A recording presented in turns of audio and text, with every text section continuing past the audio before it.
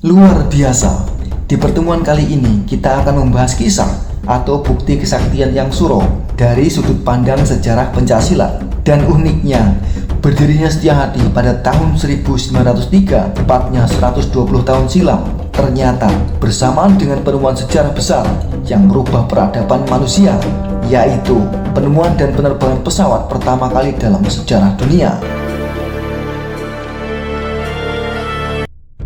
Oke sedulur-sedulur, sebelum kita memulai video kali ini, dengan kesadaran penuh, saya berharap dengan kerendahan hati, silahkan sampean meng-share kisah ini supaya saudara-saudara yang lain bisa ikut merasakan manfaatnya. Dan jangan lupa untuk di-subscribe channel ini agar lebih berkembang. Baik, mari kita mulai. Pada awal berdirinya Setiahati, baru ada 8 orang, yaitu Saudara Noto, Saudara Gunari, adiknya Yang Suro sendiri, dan Saudara Knevel, seorang Indo-Belanda. Dalam catatan, 4 saudara yang lain tidak ada keterangan. Pada waktu itu, para jawara-jawara pendekar Jawa yang berdarah panas tidak rela bila ada saingan. Oleh karena itu, maka Yang Suro menerima tantangan tukar kepandaian dalam hal pencaksilat. Sebenarnya, Yang Suro ingat sekali akan petuah-petuah dari guru-gurunya untuk tidak melayani soal-soal sepele. Tetapi Yang Suro terdorong oleh saudara-saudara muda demi keberlangsungan nasib Setiahati, maka beliau dengan terpaksa menerima tantangan tersebut. Mula-mula dari ahli silat Surabaya, aliran sepanjang yang bernama Jurismo, karena Yang Suro sudah banyak mempelajari aliran-aliran silat dari Jawa Timur, Jawa Barat, dan bahkan Sumatera,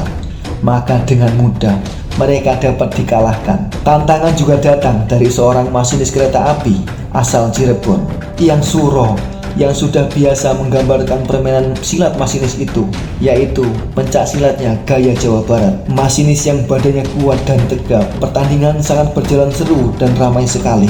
Serangan lawan berkali-kali dapat dielakkan oleh Yang Suro, yang seolah-olah beliau memberikan badannya kepada musuh. Melihat permainan silat Yang Suro, lalu sang masinis merasa tambah penasaran dan sangat ambisius sekali ingin menjatuhkan Yang Suro. Nah, ketika itu Yang Suro ditangkap kuat-kuat badannya dan akan hendak dibanting oleh masinis. Lalu Yang Suro menangkap dan mencengkram dengan cepat dan kuat sekali ke bagian leher sang masinis. Karena merasa sakit akan cengkraman tersebut, lalu bantingan tidak jadi dilakukan oleh sang masinis tadi. Tak sampai di situ, lalu jakun leher ditekan kuat-kuat oleh Yang Suro dengan jari-jarinya. Yang Suro mencengkram semakin lama semakin kuat. Lalu Yang pindahkan gerakan jari-jarinya dengan secepat-cepatnya ke pipi masinis sebelah kanan, arah tengah gigi bagian atas dan bagian bawah. Lalu kepala sang masinis bagian telinga kanan dan kiri dipukul dengan kedua telapak tangan Yang Suro dengan kuat dan cepat secara bersamaan, sehingga sang masinis merasakan kejutan power yang sangat sakit dan kuat sekali yang tidak pernah ia bayangkan dan dirasakan selama ini. Lalu ikat kepala sang masinis terjatuh dan mulutnya terasa sangat ngilu dan sakit. Maka singkat cerita, pertandingan dibubarkan setelah dilepaskannya tangkapan di badan Yang Suro yang tidak bermanfaat dan tidak terasa efek dan dampaknya bagi Yang Suro. Dalam pertandingan itu, Yang Suro tidak melakukan serangan kaki ataupun gerakan jurus sama sekali, tetapi hanya berusaha dan berhasil mengelakkan serangan musuh dan lawan. Singkatnya, dari kelicinan dan kelincahan gerakan-gerakan langkah silat beliau dalam mengelakkan serangan, akhirnya pertandingan cukup diselesaikan hanya dengan jari-jari saja. Setelah kejadian tersebut, singkatnya, Yang Suro semakin terkenal pencak silatnya di kalangan masyarakat luas. Lalu persaudaraan STK bertambah banyak keluarganya. Tepatnya pada tahun 1905, setelah nama Yang Suro semakin terkenal di kalangan pendekar daerah Jawa Timur, lalu datanglah seorang pemuda yang berbadan tegap. Beliau bernama Raden Mas Apu. Raden Mas Apuk atau Eyang Apuk adalah anak seorang keturunan bangsawan Jawa Barat yang kaya raya di daerah Surabaya dan pandai dalam permainan pencak silat dalam aliran Surabaya lama. Setelah Raden Mas Apuk mendengar ketenaran Eyang Suro, beliau Raden Mas Apuk ingin sekali mencoba kepandaian Eyang Suro. Singkat cerita, beliau dilayani dengan baik oleh Eyang Suro, tetapi sayangnya secara cepat dan mudah Raden Mas Apuk dapat dikalahkan dengan cepat oleh Eyang Suro. Karena pada waktu itu Raden Mas Apuk masih sangat muda umurnya dan tentunya psikologisnya belum mapan. Raden Mas Apuk awalnya adalah seorang pemuda yang keras hati. Hal ini terbukti ketika beliau tidak legowo dan malu karena kalah saat menghadapi Eyang Suro.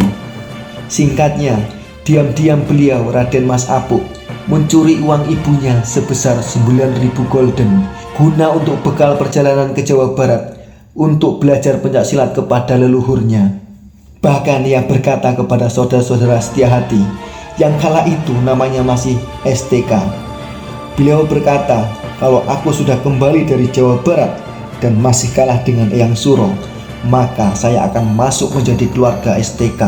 Tidak terasa, sudah 3 tahun lamanya Raden Mas Apuk belajar pencak silat di daerah Parahyangan. Setelah merasa mahir, beliau pulang ke Surabaya dan menantang lagi kepada Eyang Suro. Tapi sayangnya, Eyang Suro sudah dapat menggambarkan apa alirannya.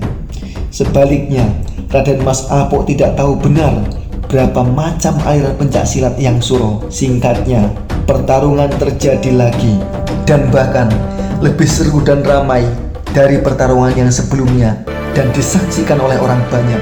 Raden Mas Apuk berbadan tegap kini semakin kekar badannya. Sebaliknya, Eyang Suro yang badannya semakin kecil dan kurus karena sangat kuat tirakatnya.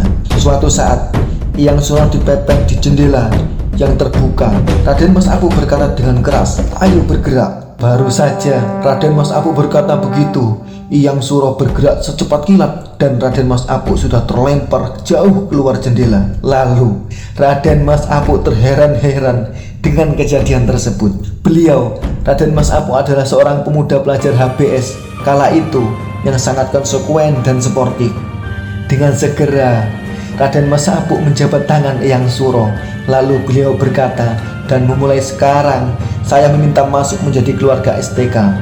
Perlu diketahui sedulur-sedulur, peristiwa itu diceritakan sendiri oleh Raden Mas Apuk setelah pulang dari hukuman di Cipinang. Ternyata Raden Mas Apuk bukanlah seorang yang sepele sedulur-sedulur. Beliau adalah pendekar yang sejati. Hal ini terbukti ketika kehormatan keluarganya hendak dicoreng oleh seseorang. Hal ini terbukti dalam catatan karena Raden Mas Apuk menembak mati seorang Indo Belanda di Mojokerto karena adik kandungnya sendiri akan dinodai oleh seorang Indo Belanda. Setelah kejadian itu, Raden Mas Apuk sementara tinggal di rumah Eyang Suro. Lalu, singkat cerita pada tahun 1912, saat ramai-ramainya gerakan syariat Islam di Surabaya dan semakin terkenalnya Eyang Suro di kalangan masyarakat terpelajar, terutama bagian pencak silatnya. Bahkan pernah pula Eyang Suro berani melempar seorang pelaut Belanda ke sungai dikarenakan sikapnya Belanda yang semena-mena terhadap masyarakat Indonesia. Maka polisi Belanda, terutama bagian PID-nya, menaruh curiga terhadap Eyang Suro. Hal ini sudah diketahui oleh Eyang Suro. Kecurigaan semakin dimengerti. Oleh karena itu, beliau pergi ke Tegal membantu pamannya Raden Mas Apuk yang menjadi officer irigasi. Setelah 2 tahun di Tegal, beliau mendapatkan surat dari saudara-saudara STK di Surabaya yang meminta atau memohon Eyang Suro untuk segera pulang ke Surabaya dan akan dicarikan pekerjaan di jawatan kereta api. Singkatnya, pada tahun 1914 muncullah Perang Dunia Pertama. Tiap hari barisan tentara Belanda menuju ke pangkalan laut ujung Surabaya. Dalam keadaan demikian, Belanda tentu sangat waspada sekali terhadap gerakan-gerakan para penduduk. Tiba-tiba, tanpa tahu alasannya, pada tahun 1915, Eyang Suro secara spontan dipindahkan ke bengkel kereta api di Madiun. Semula, beliau tinggal di kampung prajuritan. Karena sifat karakter kependekarannya, beliau yang suruh tidak bisa lama-lama untuk tidak bermain pencaksilat. Maka beliau mulai mengajar pencaksilat pada orang-orang tertentu yang sudah memenuhi syarat.